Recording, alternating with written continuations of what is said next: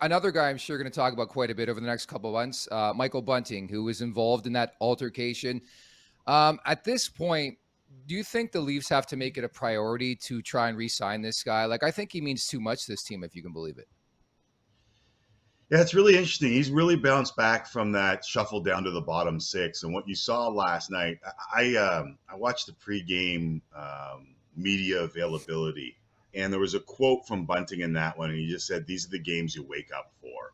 About this, December game against the Lightning, and obviously Leafs and Lightning, there's a little bit of history there, but this is the type of player that the Leafs absolutely need to be successful. Someone who will get, and remember, like, he was banged up in that playoff series and he wasn't his normal self. What you saw last night was Michael Bunting at his best. And I don't want to, make the recency bias draw direct line from last night's game to you need to re-sign him. But at his best, he is definitely a dude that this team kind of sort of needs. A pain in the ass, a guy that can play on your top line, put up points, and still be a burr. Like Sergachev throwing that slash at him is nothing, but it's also proof that, Bunting's getting under skin, right? And he got under the skin of the officials that he got so deep. And I think the Leafs need that kind of guy.